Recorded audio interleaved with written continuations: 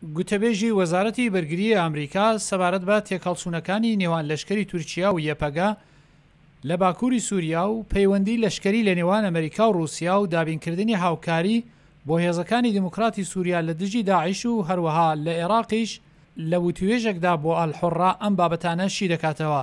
ناوبراو کوتی کە هیچ گۆڕانێک سەبارەت بە ڕێبازی ئەمریکا لە گۆڕەپانی شەڕ لە سووریادا پێک نەهاتووە. There's been no change to the U.S. mission on the ground in Syria.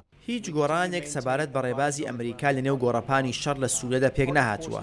ئەمریکا لەسەر گۆڕەپانی شەڕ لە بواری هاوکاریکردن ڕاوێژ بۆ هێزەکانی دموکراتیکی سووریا دابین دەکات. ئەو هێزان لە نێو سووریا و لە سنووری لای عێراق ڕاهەتا ڕۆژئاوای ڕووباری فورات چالاکن. هەڵبەت ئەمریکا ئاگاداری تێکەڵچوونەکان لە ماوەی 48 کاتژمێری ڕابردوودا بووە.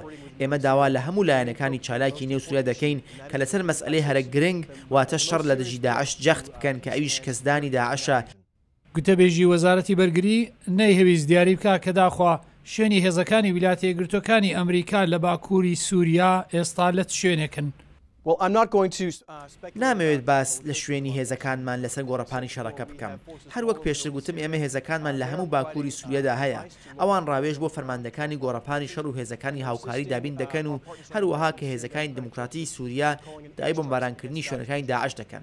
لەبەر مەسەلەی ئاسایش نامەوێت باس لە ئەوە بکەم کە هێزەکان چ کارێکی تایبەت لە چ کاتێکی دیاریکراودا ئەنجام دەدەن.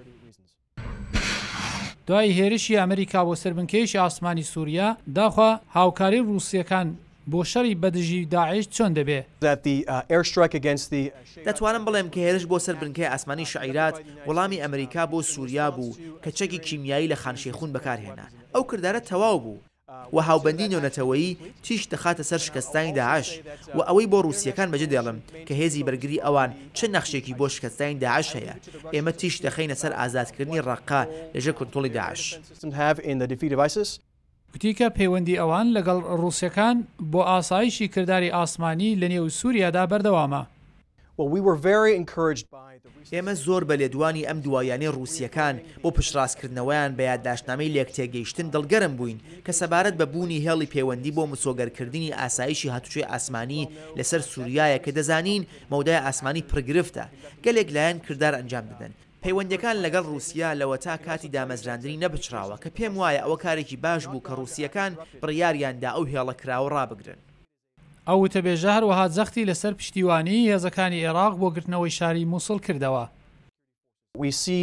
ئێمە دەبینین کە هێزەکانی عێراقی پێشکەوتنی لەسەرخۆ بەردەوام بۆ گرتنەوەی ڕۆژئاوای شاری مووسڵەوە دەست دێنن. ئەوەش بە پشتیوانی ڕاوێژکارانی هاوپەیمانان و هێرشەکانی ئاسمانی موشکەکانی ئاراستەکراو ئەنجام دەدرێن. و ئێمە هەروە پشتیوانی لە هێزەکانی ئاسایشی عێراق دەکەین لە دەمێکدا تەواوی مووسڵ ئازاد دەکەن. ئەو وتەبێژە ئاماژەی بەوەش کرد کە گۆڕان سەبارەت بە ڕێبازی ئەمریکا لە مەرجمارەی سەربازانی ئەو وڵاتە لە عێراق و سووریادا لە کوردخایەندا پێک نایە.